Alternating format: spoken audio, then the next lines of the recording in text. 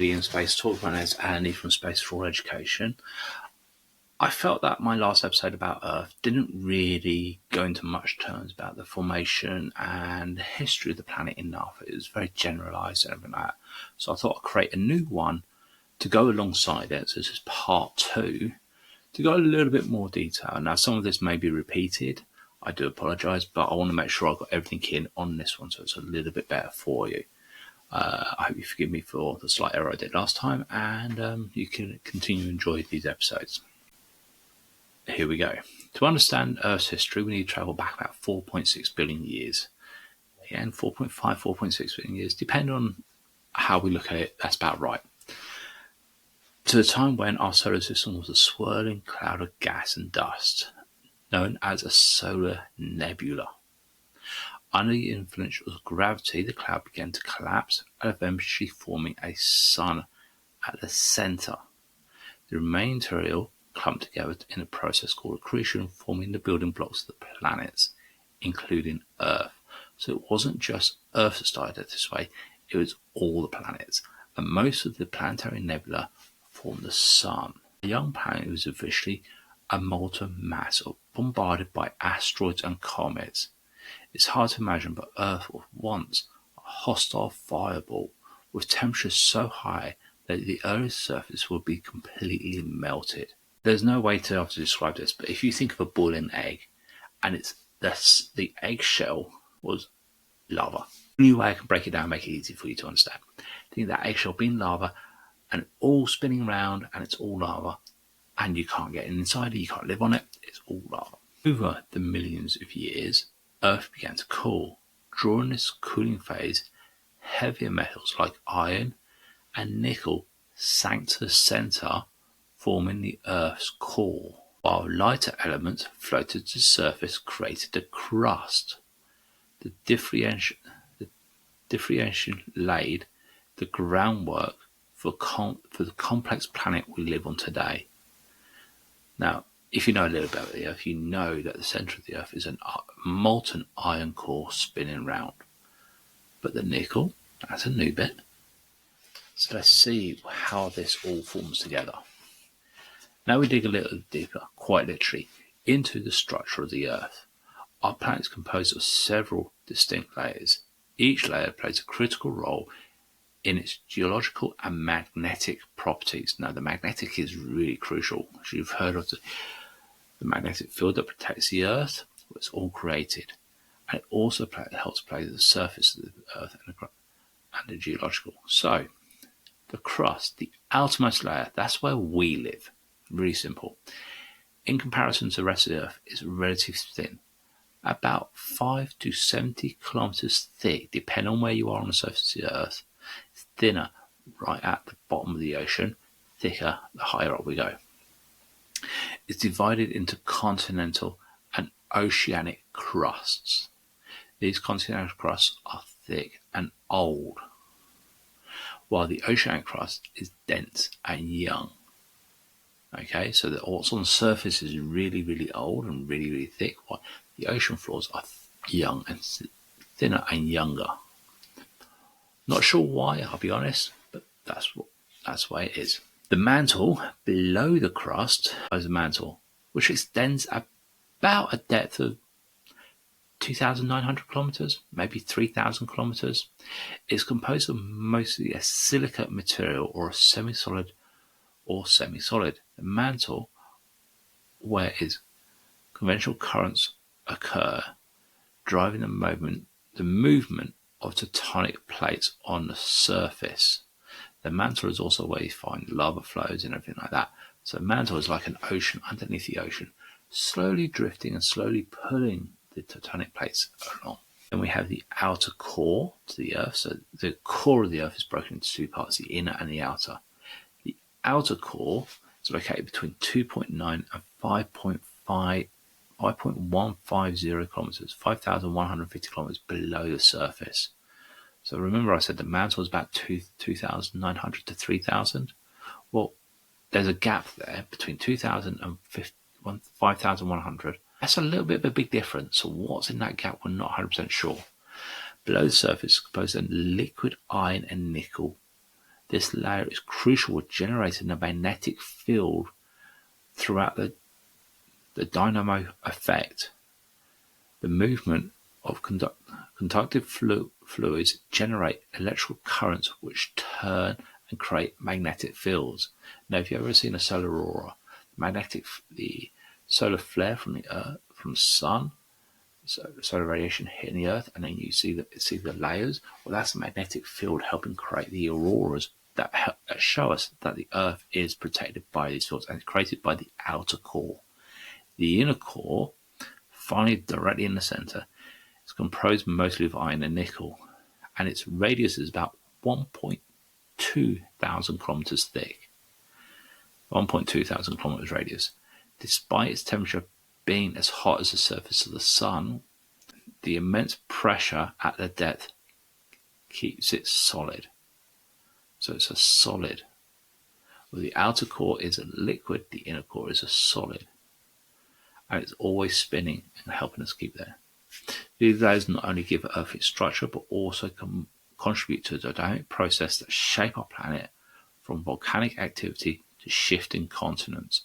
Now, I'm sure you've heard that the tectonic plates are always moving. We always have volcanic eruptions, earthquakes. It's all due to these different layers interacting together to help us sustain, help the planet survive and keep there. Now, this is where things get interesting. I mentioned in my last thing that the moon was created from the Earth, but I didn't go into really much detail about it. So this is where it all leads to. It's known as a gigantic impact hypothesis. Suggests that the moon was born out of a cataclysmic collision. The sun hit Earth 4.5 billion years ago, and it's about the size of Mars. Now, we know that Mars is about 2/3 the size of Earth, often referred to as Theia.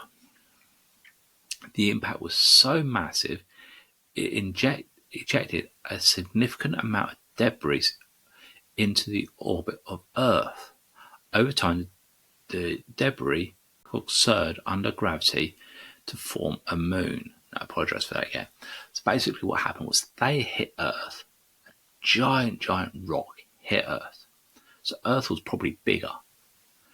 Theia hit Earth, sank right down into the core, as we found parts of Theia near the core of the Earth. And as you know, when you drop a pebble into water, you see a splash. Well, of course, there's a splash into space. Some of the debris of Earth went into our atmosphere, and because of the gravity of Earth, it kept it close. And over time, it pulled itself together to make the moon.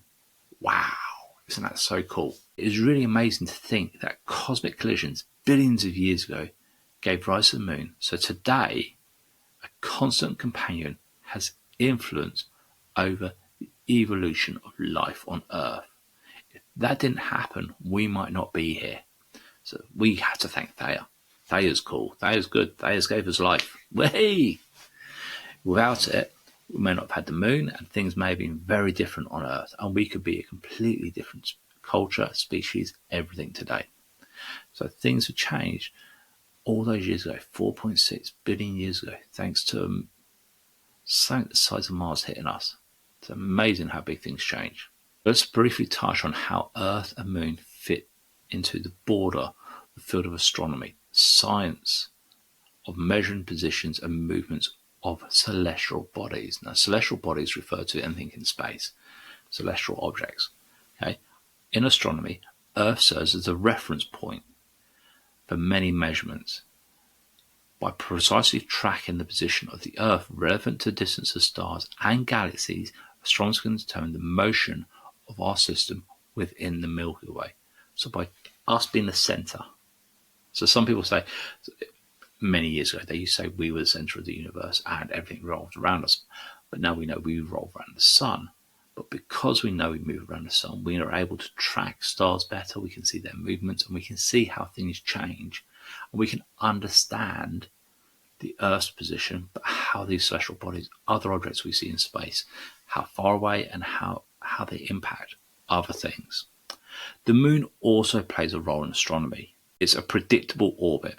We know where it's going to be. We know how And we can use that as a baseline to measure the distance to other celestial bodies. For instance, lunar laser ranging experiments, where the laser are bounced off reflectors left on the moon's surface by Apollo astronauts, help us measure the distance to the moon with incredible accuracy down to a few millimeters. If Apollo hadn't landed on the moon, we wouldn't have those reflectors there. So we know exactly where they are. We know where Apollo astronauts left them there. And we can bounce a laser directly off it and it can fly back to Earth. And we can measure how long it takes in time. And we can work out distance from that. And that's how we know. And then by that, we can calculate other things. The measurement of not only improves our understanding of the Earth-Moon system, but also help us refine our knowledge of the fundamental constants, such as the speed of light.